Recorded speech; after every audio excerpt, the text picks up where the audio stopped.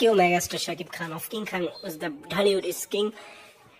আপনাকে অনেক ধন্যবাদ এই খেলা গরু চুরি থেকে আমাদেরকে বাঁচানোর জন্য।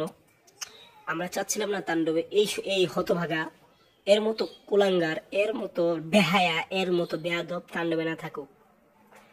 তো কি হয়েছে, আসল কথা, তাণ্ডব থেকে অবশেষে বাদ পড়লো কি এই যে আফপান নিশু। কেমনে বাদ পড়লো, কি হলো, এখন আমি সব জানাচ্ছি। রীতিমতো প্রথমত যে মানে রাইহান রাফি এবং পুরো টিম সাকিব ভাইকে বোঝালেন এবং সাকিব ভাই রাজিও হয়েছিলেন, কিন্তু এটা অনলাইনে ছড়ানো মাত্রই সাকিব খান বললেন আমি এটা পারবো না, আমি ভক্তদের কথা অমান্য করতে পারবো না, নিশুকে বাদ দেও, হয় এই মুভিতে নিশু থাকুক নয় আমি থাকবো, নিশু থাকলে আমি থাকবো না। এই একটা কথা বলে দিলেন, তাহলে তুমি নিশুকে নাও, আমি সিনেমা করবো না। তো সাকিব খানের উপরে আর কি কথা বলতে পারে। এখন এটা বলতে তারপর নিশুকে বাদ দেয়, তো এটা প্রমাণ কোথায় পেলাম?